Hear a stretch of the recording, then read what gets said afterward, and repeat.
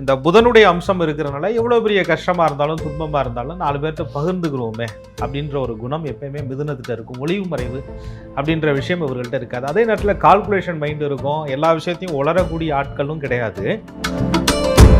அந்த திருஷ்டி பாதிப்பு இருக்கும்போது என்னடா நல்லா திங்க் பண்ணுற ஆள், நல்லா யோசிக்கிற ஆள், இப்போ ஏன் தடுமாறுறாங்க? எடுத்த முடிவில் இருந்து பின்வாங்குவது அல்லது இவர்களுடைய திட்டமிட்ட அந்த கணக்கு தப்பாக போய்டுறது, குழப்பங்கள் அதிகரிக்கிறது, அல்லது தப்பாக அட்வைஸ் கொடுத்துட்டோமோன்னு சொல்லிட்டு ஒரே விஷயத்தை திரும்ப திரும்ப திரும்ப திரும்ப சிந்திச்சுக்கிட்டே இருக்கிறது, தூக்கம் கெட்டு போகிறது, சரியான முறைகளில் உணவுகள் சாப்பாடு இருந்து சாப்பிட முடியாமல் போய்டுறது, நல்ல பல காரியங்கள் எல்லாமே தடையாகிறது.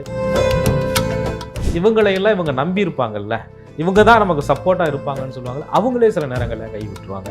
அப்போ மிதுன ராசிக்காரர்களுக்கு ஆறுதல் தேடி குருவிட்ட போகிறோம், அங்கேயும் சரியான வழி கிடைக்கல. சரி, குழந்தைகளை இவ்வளோ பாசநேசமாக வளர்த்துட்டு இந்த நேரத்தில் முக்கியமான காலகட்டங்களில் இப்படி இருக்காங்களே அப்படின்னு, அதை விட மிதுன ராசிக்கு ஒரு திருஷ்டி இருக்குது அப்படின்னு சொன்னால் நாளைக்கு உங்களுக்கு ஒரு நல்ல ரிசல்ட்டு கிடைக்க போகுது.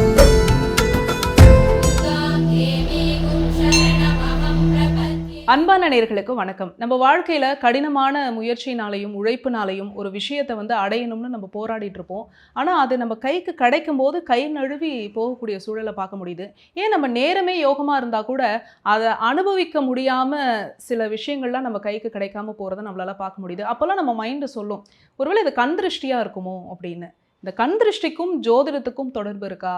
ஒருவேளை அப்படி கண் திருஷ்டி நமக்கு இருக்குது அப்படின்னா அது நம்மளால் எப்படி உணர முடியும்? அதுலேருந்து எப்படி வெளியில் வர முடியும்? முதல்ல நமக்கு கண் திருஷ்டி ஒவ்வொரு ராசிக்கும் எதனாலெல்லாம் கண் திருஷ்டி வரும், எப்படியெல்லாம் வரும், அதை தான் இந்த சீரீஸில் நம்ம தெரிஞ்சுக்க போகிறோம். புலிப்பாணி சித்தர் வழி ஜோதிடர் திரு கோகுலக்கண்ணன் இவருடைய கணிப்பில் நம்ம எல்லாருக்கும் எதனால் கண் திருஷ்டி வருது அப்படிங்கிறத தெரிஞ்சுக்கலாம். வாங்க.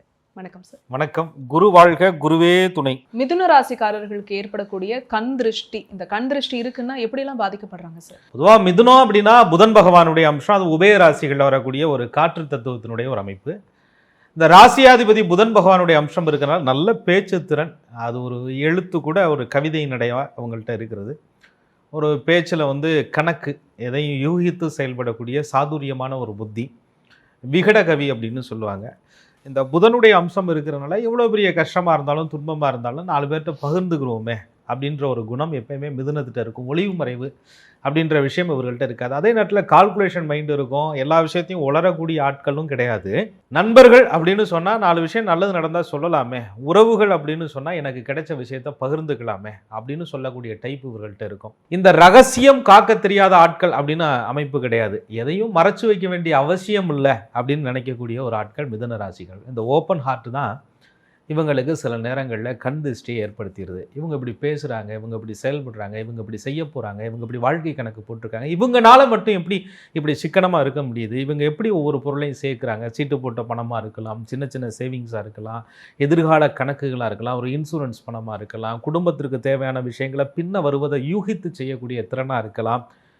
ஒரு குடும்பத்துக்குள்ளே ஒரு பிரச்சனை வருதுன்னு வச்சுக்கோங்களேன், எதையும் பேசி தீர்க்கலாம் அப்படின்னு சொல்லக்கூடிய ஒரு டைப் இருக்குது. பேசி ஒரு பிரச்சனையை சரி பண்ணிக்கலாம் அப்படின்ற ஒரு குணம் இருக்குது.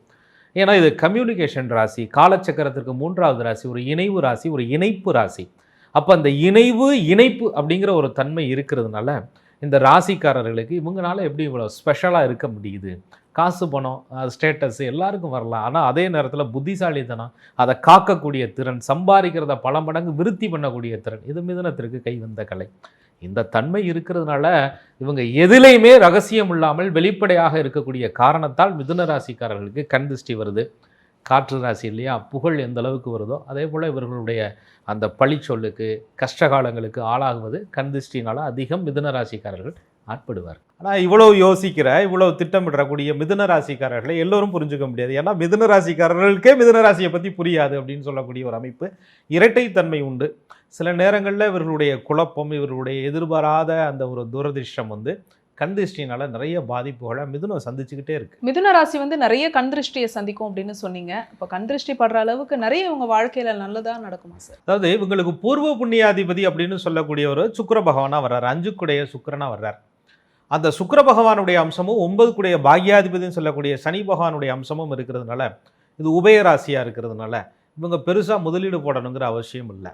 இவங்க கஷ்டப்பட்டு இந்த காரியங்களை ரொம்ப கடின உழைப்பை காட்டணும் அப்படிங்கிற அமைப்பு கிடையாது. ஏன்னா ஸ்மார்ட் ஒர்க்கர்கள், பிரெயினுக்கு தான் மிதுன ராசிக்கு வேலை. அவங்களுடைய நுணுக்கமான அறிவுக்கு தான் மிதுன ராசிக்கான வேலை. அவங்களுடைய யோசனை பல கோடிகளை சம்பாரிச்சு கொடுக்கும். ஒரு சின்ன கணக்கு போட்டிருப்பாங்க, இது இப்படி பண்ணுனா இப்படி பண்ண வேண்டாம், இப்படி போனால் இப்படி விளைவுகள் வரும் அப்படின்னு யோசிக்கும் பொழுது அந்த யோசனை தான் காசாக மாறுது மிதுனத்திற்கு. அந்த அறிவு தான் பணமாக மாறுது. அதனால தான் சொல்லுவாங்க, மிதுன ராசிக்காரர்கள் ரொம்ப சாஃப்டாக ரொம்ப அமைதியாக இருக்கும் பொழுது 1008 யோசனைகள் அவங்க கணக்கு போட்டுக்கிட்டே இருப்பாங்க.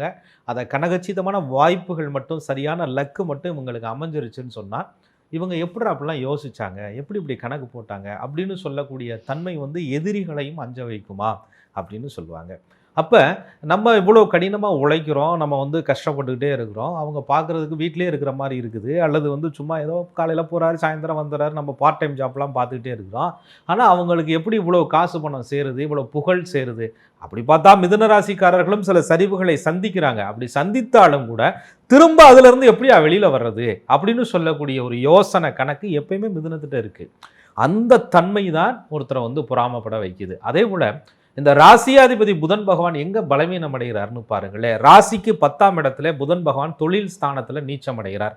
ஏன்னா ராசி அது வந்து மனசு. ராசியாதிபதி புதன் பாதிக்கப்படும் பொழுது ஜாதகரும் சேர்ந்து பாதிப்படைகிறார். அப்போ 10ஆம் இடங்கிற தொழில் ஸ்தானத்தில் சரி கூட இருக்கிறவன் நல்லா இருந்து போகிறான்னு ஒரு ஐடியா கொடுத்துருப்பாங்க. அந்த ஐடியா வச்சு அவன் நல்லா வந்திருப்பாப்புல, ஆனால் வெளியில் சொல்ல மாட்டாப்புல. இவங்க தான் ஐடியா கொடுத்தாங்கன்னே தெரியாது. அதுக்கப்புறம் அவனே பொறாமப்படுவான், ஏன்டா ஐடியா கொடுத்து உன்னை காப்பாற்றி விட்டது ஒரு குத்தமாடா அப்படின்ற மாதிரி மிதுன ராசிக்காரர்கள் இவர்களுடைய புத்தி யோசனை ஆலோசனையை கேட்டு ஒருவர் நல்லா வந்ததுக்கப்புறம் இவங்க மேலேயே பொறாமப்படக்கூடிய தன்மை.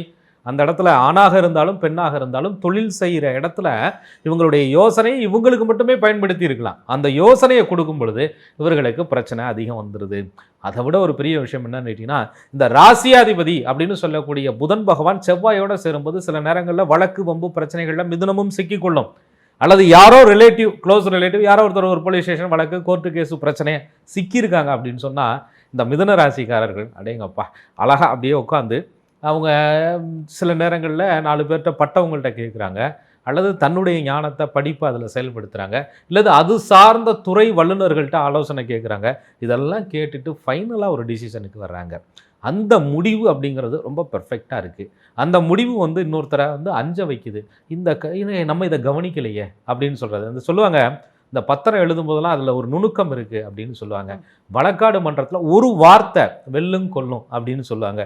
ஒரு சின்ன ஆயுதம் ஒரு சின்ன விஷயம் வந்து ஒருத்தர் பெரிய பிரச்சனையிலிருந்து காப்பாற்றுன்னு சொல்லுவாங்க. ஆக மிதுனத்தினுடைய அந்த நுணுக்கமான அறிவு சாதுரியமான பேச்சு சில இடங்களில் சிக்கியிருக்கிறவர்களை காப்பாற்றி விடும். இவங்க காப்பாற்றினதுக்கு அவங்க நன்றி செலுத்துகிறாங்களா, அல்லது இவங்க மேலே இவங்க இப்படிலாம் இருக்காங்களே அப்படின்னு திருஷ்டி படுறாங்களாங்கிறத மிதுன ராசிக்காரர்களை அனுபவிக்கும் பொழுது தான் அந்த திருஷ்டியினுடைய பாதிப்பே அவர்களுக்கு தெரியும். மிதுன ராசிக்கு இந்த கண் திருஷ்டி இருந்தால் இவங்களால உணர முடியுமா சார்? நிச்சயமாக, ஏன் முடியாது? அதாவது இவங்களுடைய பவர் அப்படின்னு சொல்லக்கூடியதை ஒரு தீர்க்கமான யோசனை, சமயோஜிதமாக ஒரு முடிவு எடுக்கிறது.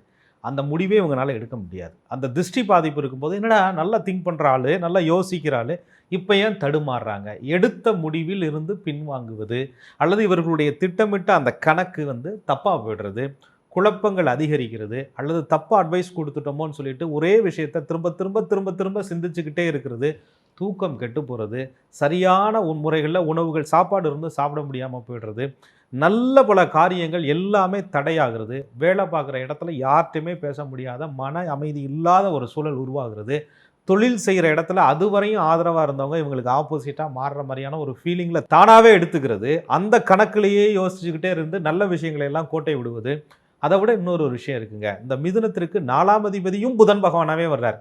ராசியாதிபதியே 4க்குடைய வீடு மனை வாகனக்காரகராக வர்றாரு. அப்போ வண்டி ஓட்டும் போது ஓவராக திங்க் பண்ணி நல்ல விபத்துகளை சந்திப்பது, வீட்டில் நிம்மதியான தூக்கம், குடும்பத்தில் சண்டை சச்சரவுகள் அதிகமாகுது, தன்னுடைய பேச்சு, ஏன்னா மிதுனம் என்பது புதன் இல்லையா, ஏதோ ஒரு வார்த்தையை விட்டுட்டோம், அந்த பேச்சு வந்து இருந்திருந்தும் 10 வார்த்தையில் ஒரு வார்த்தை பேசணும், அந்த ஒரு வார்த்தையை பிடிச்சி வச்சுக்கிட்டு பயங்கரமான பிரச்சனைகள் சண்டை சச்சரவுகள் வீட்டில் வந்து அதிகமாக வந்துக்கிட்டே இருக்குது அப்படின்னு சொல்கிறது. அதே மாதிரி வந்து சில நேரங்களில் பண பரிவர்த்தனைகள் விஷயத்தில் கொடுக்க வேண்டிய இடத்துக்கு அதிகமாக கொடுத்துறது, வர வேண்டிய இடத்துல கேட்டு பிரச்சனையை உருவாக்கிக்கிறது. இது எல்லாமே பார்த்திங்கன்னா அதுவரையும் சரியாக போய்கொண்டு இருந்த விஷயங்கள், அதுவரையும் மிதுன ராசிக்கு சரியாக திட்டமிட்ட கணக்குகள், அதுவரையும் மிதுன ராசிக்காரர்களை இவர்கள்ட்ட அட்வைஸ் கேட்டவங்க அவங்கள்ட்ட போய் இவங்களே அட்வைஸ் கேட்கும்படியான சூழ்நிலைகளை அந்த உணர்றாங்க அப்படின்னு சொன்னாலே அங்கே திருஷ்டி பாதிப்பு மிதுனத்திற்கு அதிகமாக இருக்குதுன்னு அர்த்தம். இந்த ராசியாதிபதி புதன் பகவான் 10ஆம் குறைக்கு ராகு கேது சம்பந்தங்களோட கொஞ்சம் போய் கனெக்ட் ஆகும்போது இவங்களுக்கு என்ன செய்கிறோம் என்ன பேசுனங்கிறதே தெரியாமல் பேசி பின்விளைவுகள் வருவதை கூட உணராமல் தப்பு மேலே தப்பு பண்ணி மாட்டிக்கக்கூடிய நிர்பந்தத்திலும் மிதுன ராசிக்காரர்கள் சில நேரங்களில் திருஷ்டி பாதிப்புனால சிக்கிக்கிறாங்க. எடுத்த காரியமோ எடுத்த தொழிலோ எடுத்த வேலையோ பாதியிலேயே நின்றுது, அதை தொடர்ச்சியாக நடக்க மாட்டேங்குது. அந்த பாதியில் நடந்துக்கிட்டு இருக்கிற காரியத்துக்காக எவ்வளவோ மெனக்கட்டும் திரும்ப திரும்ப பணத்தை கொடுத்து கூட அவங்க வர்றவங்க உண்மையான ஆட்கள் இவங்களுக்கு அமைய மாட்டேங்கிறாங்க. இவர்களுடைய ராசிக்கு அட்டமாதிபதியாக சனி பகவான் வர்றதுனால பாவமே ஐயோ பாவமே அப்படின்னு இறங்கி வந்து உதவி செய்தால் கூட அவங்க உதவியை வாங்கிட்டு இவ்வளோ வச்சிருக்கிறாங்களா, இவ்வளவு இருக்குதா அப்படின்னு சொல்லிட்டு இவங்க மேலே திருஷ்டியை பதிக்கிறாங்க. இந்த மாதிரியான பாதிப்புகளில் எல்லாம் மிதுனம் சிக்கி தவிக்கும் போது எத்தனை கல்வி கற்றிருந்தாலும், எவ்வளவு செல்வங்கள் வந்திருந்தாலும், எவ்வளவு வாய்ப்புகள் இவர்களை தேடி வந்தாலும் எதையுமே அனுபவிக்க முடியாத ஒரு நிலையில மிதுன ராசிக்காரர்கள் தள்ளப்படுகிறார்கள். இதை விட என்ன தெரியுங்களா, மிதுன ராசிக்காரர்களுக்கு ஒரு குழப்பம் வந்தா உலகமே இவர்களுக்கு குழப்பமாக இருப்பது போன்று தெரியும். மனசே குழம்பியது போன்று இருக்கும். எதுவுமே உண்மையாக இவர்களுக்கு தெரியாது. உண்மையான விஷயங்கள் எல்லாமே பொய் மாறியும், பொய்யான விஷயங்கள் எல்லாமே உண்மை மாறியும் இவர்களுக்கு அதிகம் ஆட்பட வேண்டிய நிர்பந்தம் மிதுன ராசிக்காரர்களுக்கு ஏற்படும். மிதுன ராசி வந்து இந்த யோசனை சொல்றதுனாலேயே தொழில் செய்கிற இடத்துல பிரச்சனை வரும்னு சொன்னீங்க. ஆனால் வீடுன்னு இருந்தால் ஒரு 4 யோசனை சொல்றதுன்னு சார் வழக்கம். அப்போ அங்கேயும் பிரச்சனை வருமா? அதாவது இந்த நேரத்தில் திருஷ்டி பாதிப்பு இருக்கும்போது புதன்னா உங்களுக்கு அறிவுங்க. அந்த அறிவு பிரைட்டாக இருக்கும், ஆனால் தெளிவு இருக்காது. அந்த இடத்துல அதை தான் சொல்லுவோம். அந்த அறிவு தெளிவான யோசனையை சொல்லுதா, நம்ம சொல்கிறது சரிதானா, சரியாக தான் சொல்லியிருப்பாங்க, ஆனாலும் நம்ம சொல்கிறது சரிதானா அப்படின்னு சொல்லிட்டு உறவுகளுக்குள்ள ஒரு மிஸ் அண்டர்ஸ்டாண்டிங் ஏற்படும். இவங்க சொல்கிற யோசனை பேசி தீர்க்கலான்னு நினைக்கக்கூடிய காரியங்கள் கூட பேசுனதுனால பிரச்சனை ஆகிடும். பேசவே கூடாதுந்தாங்க நினச்சேன், பேசுனா பிரச்சனை வந்துடும், வம்பு வந்துடும், இன்றைக்கி கலகம் உறுதின்னு நினச்சிட்டு வாயை பொத்திக்கிட்டு இருந்தேன். சந்திராசிரமமானு தெரியல, என்னான்னு தெரியலை. நான் அமைதியாக பேசுகிற ஆள் திடீர்னு வார்த்தைகளை விட்டுட்டேன், அது பல மடங்கு அவங்க வார்த்தைகளை விட்டுட்டாங்க. இணைக்கணும்னு நினச்சேன், ஏன்னா இது இணைப்பு ராசி இல்லையா, இணைக்கணும்னு நினச்சேன், ஆனால் இணைக்க முடியல. இவ்வளவு சுக்கு நூறாக துண்டாகுன்னு நினைக்கல, திரும்ப இது சேருமானு எனக்கு தெரியலை அப்படின்னு சொல்லக்கூடிய ஒரு அமைப்பு. அதுக்கிடையில் மிதுன ராசிக்காரர்கள் குடும்பம்னா என்ன, குழந்தை குட்டி எல்லாம் நல்லா இருக்குன்னு நினைக்கிறது தானே. குரு பகவான் வந்து மிதுனத்திற்கு பாதகமாக வர்றாரு, 7 வர்றாரு. 7, 10 கேந்திராதிபத்திய தோஷத்தை கொடுக்கக்கூடிய அமைப்பில் ஜாதகத்தில் உட்காந்துருந்தாருன்னா இந்த திருஷ்டி பாதிப்பு இருக்கும்போது நல்ல பிள்ளைங்க காலையில் வீட்டுக்கு போனால் சாயந்தரம் பக்காவாக வீட்டுக்கு வருவாங்க, டியூஷன் போவாங்க, படிப்பாங்க, விளையாடுவாங்க, சந்தோஷமாக இருப்பாங்க. இது என்ன ஆச்சுன்னே தெரியல, பிள்ளைங்க அடிக்கடி மருத்துவமனைக்கு கூட்டிகிட்டு போகிற மாதிரியே சூழல் உருவாகும். அந்த மெமரி பவர் பிள்ளைங்களுக்கு குறையும், அதை நினச்சி இவங்களுக்கு ரொம்ப ஃபீல் ஏற்படும். அதுக்கப்புறம் இவங்க சரி ஸ்கூல் சரியில்லையா, இடம் சரியில்லையா, வேறு யாரும் நண்பர்கள் சரியில்லையா, இப்படி கேள்வி கேட்டு இவங்களுடைய ரொட்டீன் ஒர்க்கெல்லாம் அந்த நேரங்களில் கடுமையாக பாதிக்கப்படும் மிதுன ராசிக்காரர்களுக்கு. அந்த குரு அப்படின்னு சொல்லும்போது ஒரு ஆசிரியர், ஒரு ஆசான், ஒரு மதிப்பான ஒரு ஆள் அப்படின்னு சொல்கிறான். இவங்களையெல்லாம் இவங்க நம்பியிருப்பாங்கல்ல, இவங்க தான் நமக்கு சப்போர்ட்டாக இருப்பாங்கன்னு சொல்லுவாங்கள்ல, அவங்களே சில நேரங்களில் கை விட்டுருவாங்க. அப்போ மிதுன ராசிக்காரர்களுக்கு ஆறுதல் தேடி குருவிட்ட போகிறோம், அங்கேயும் சரியான வழி கிடைக்கல. சரி குழந்தைகளை இவ்வளோ பாசநேசமாக வளர்த்துட்டு இந்த நேரத்தில் முக்கியமான காலகட்டங்களில் இப்படி இருக்காங்களே அப்படின்னு, அதை விட மிதுன ராசிக்கு ஒரு திருஷ்டி இருக்குது அப்படின்னு சொன்னால் நாளைக்கு உங்களுக்கு ஒரு நல்ல ரிசல்ட்டு கிடைக்க போகுது. ஒரு 11 மணிக்கு ஒரு நல்ல வாய்ப்பு வருதுன்னா 10:55 வரை உங்களுக்கு சாதகமாக இருக்கிற மாதிரி இருந்துட்டு 10:59 உங்களுக்கு இல்லை அப்படின்னு சொன்னால் எப்படி இருக்கும்? அப்படிப்பட்ட ஒரு வேதனையை மிதுன ராசிக்காரர்கள் திருஷ்டி பாதிப்புனால சந்திப்படைவாங்க. அதனால் இவங்க வந்து ஒரு யோசனையை மனசுக்குள்ளே வச்சுக்கிட்டா கொஞ்சம் நல்லது. நான் கூட மிதுன ராசிக்காரர்கள் திருஷ்டியில் பாதிப்படையும் போது இவ்வளவு பிரச்சனைகள் வந்தாலும் கூட அதுலேருந்து வெளியில் வருவதற்கு அவங்களுக்கு சுய ஜாதகத்தில் நிறைய தீர்வுகள் இருக்குது. பார்ட் 1ல் நம்ம சில வழிபாடு முறைகள்லாம் கூட சொல்லியிருக்கோம். அதில் இப்போ மிதுன ராசிக்காரர்களுக்கு கண் திருஷ்டி படாமல் இருக்க இவங்க என்னதான் சார் பண்ணலாம்? வழிபாடு முறைகள் இதெல்லாம் தாண்டிங்க எல்லா விஷயத்தையும் எல்லார்ட்டையும் சொல்ல வேண்டாம், யாருக்கும் கேட்காம யோசனையே சொல்ல வேண்டாம். அப்படி யோசனை சொல்கிறதா இருந்தாலும் உங்களுடைய முழு அறிவை பயன்படுத்தி யோசனை சொல்ல வேண்டாம். அதாவது இந்த அட்வைஸை ஈஸியாக, ஒரு ஆலோசனையை ஈஸியாக ஒருத்தருக்கு கொடுத்தாலே அதோட மதிப்பு தெரியாது. மிதுனம் தன்னுடைய வாழ்க்கையில் பட்ட அனுபவங்களை ஆலோசனையாக சொல்லும்போது அதை கேட்டு பலனடைந்தவர்கள் பலன் பெற்றமே அப்படின்னு யோசிக்கிறது இல்லை. இவங்களுக்கு எப்படி இப்படி யோசிக்க முடிஞ்சிச்சு அப்படின்னு திரும்புது அந்த கத்தி. அதனால தான் மிதுன ராசிக்காரர்கள் உங்கள்கிட்ட அன்பாக பேசுகிறதுக்கு ஒரு ஆள் இருந்தால் போதும். நீங்கள் 10 பேர்கிட்ட சொன்னால் கூட அதில் ஒரு ஆளுடைய திருஷ்டி உங்களை வாழ்க்கையில் கடுமையான இறங்கு முகத்தை உங்களுக்கு கொடுத்தே தீரும். அதனால் இறை வழிபாடுகள், தெய்வ வழிபாடுகள் இதெல்லாம் ஒரு பக்கம் இருந்தாலும் கூட மிதுன ராசிக்காரர்களுடைய மனசை யார் புரிஞ்சுக்கிட்டாங்கங்கிறத புரிஞ்சுக்கிட்டு அந்த ஒரு நபர்கிட்ட மட்டும் நீங்கள் உண்மையான விஷயங்களை பகிர்ந்துக்கிட்டு, ஏன்னா மிதுனம் வந்து பேசுகிற ராசிங்க, பேசலைன்னா மனசு வெடிச்சிடும், மனசில் வச்சுக்க தெரியாத ஒரு ராசி. ஆக பேசுகிறேங்கிற பேரில் 9 பேர் நல்லா இருப்பான், ஒருத்தன் தான் கெட்டவனாக இருப்பான்னு நினைக்கிறத விட மிதுன ராசிக்கு 9 பேருமே கெட்டவனாக இருப்பான், ஒருத்தன் மட்டும் நல்லவனாக இருப்பான். அந்த நல்லவன் யாருங்கிறத மிதுனம் கண்டுபிடிச்சிட்டா திருஷ்டி பாதிப்பு அதிகமாக இருக்காது. பெரும்பான்மையாக பெருமாள் வழிபாடுகள் மிதுன ராசிக்காரர்களுக்கு நிறைய நன்மைகளை கொடுக்குது.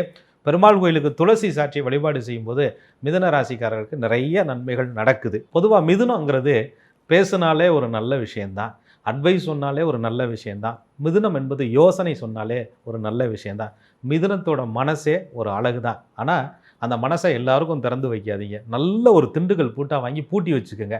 அப்போ தான் மிதுன ராசிக்காரர்களுக்கு திருஷ்டி படவே படாது. அதே போல் மிதுன ராசிக்காரர்களுக்கு ஆறுக்குடையவர் யார்? செவ்வாய் பகவானாக வர்றாரு. செவ்வாய்க்கு வந்து அங்காரகன், நிலகாரகன், பூமிகாரகன்னு சொல்கிறோம். ஒரு இடம் வாங்கிங்க, அந்த இடத்த பதிய போகிறதுக்கு முன்னாடி, ஏன்னா மிதுனங்கிறது டாக்குமெண்ட், புதன் வந்து எழுத்து கிரகம் இல்லையா, அதை பதிய போகிறோம் அல்லது நான் வாங்க போகிறேன் அப்படின்னு சொன்னால் அது கைகூடாது.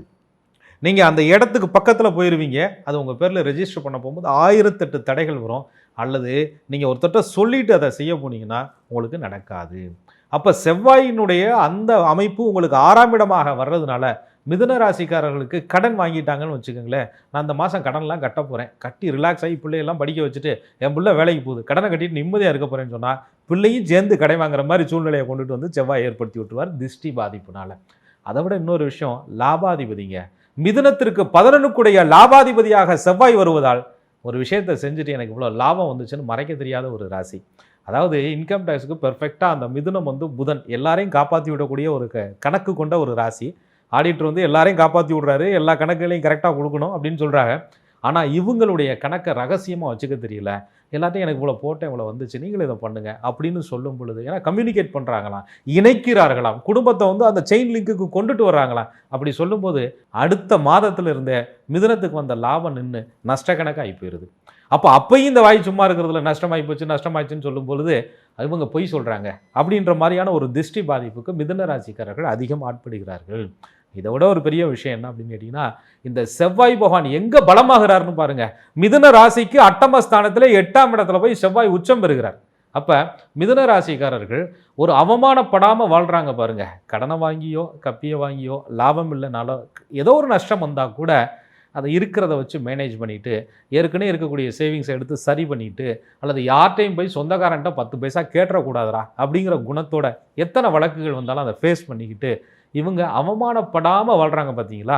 அதை எப்படியாவது அவமானப்படுத்தியே தீரணுங்கிற சில உறவு, சில சூழல்கள் இவங்களை வந்து திருஷ்டி பாதிப்புக்கு அதிகமாக ஆட்படுத்தும்.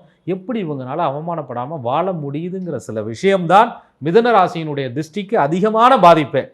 6ஆம் அதிபதி என்று சொல்லக்கூடிய செவ்வாய் 2ஆம் இடத்துல வந்து நீச்சம் வர்றதுனால மிதுன ராசிக்காரர்கள் வாங்கி கெட்டாங்க, மிதுன ராசிக்காரர்கள் வாழ்ந்தாங்க, மிதுன ராசிக்காரர்கள் நிறைய விஷயத்தை வச்சிருக்காங்க அப்படின்னு சொல்லி கண் திருஷ்டியில் பாதிப்படைகிறதை விட எதுவுமே இல்லைனாலும் எப்படி இவர்களால் ஒழுக்கமாக வாழ முடியுதுங்கிற பிரச்சனை தான் மிதுன ராசியினுடைய கண் திருஷ்டிக்கு காரணமே. மிதுன ராசி உங்களுடைய வாழ்க்கையில் இவங்களுக்கு ஏற்படக்கூடிய கண் திருஷ்டி எந்த சூழ்நிலையில் யாருனால ஏற்படும், இதுலேருந்து வெளியில் வரத்துக்கான வழிமுறைகள் சொல்லியிருக்கீங்க. நம்ம ஏற்கனவே பேசியிருக்கோம், கண் திருஷ்டியினுடைய பரிகாரங்கள் வந்து பேசியிருக்கோம், அதையும் செக் பண்ண சொல்லியிருக்கீங்க. டிஸ்கிரிப்ஷனில் கண்டிப்பாக நம்ம கொடுக்கலாம்.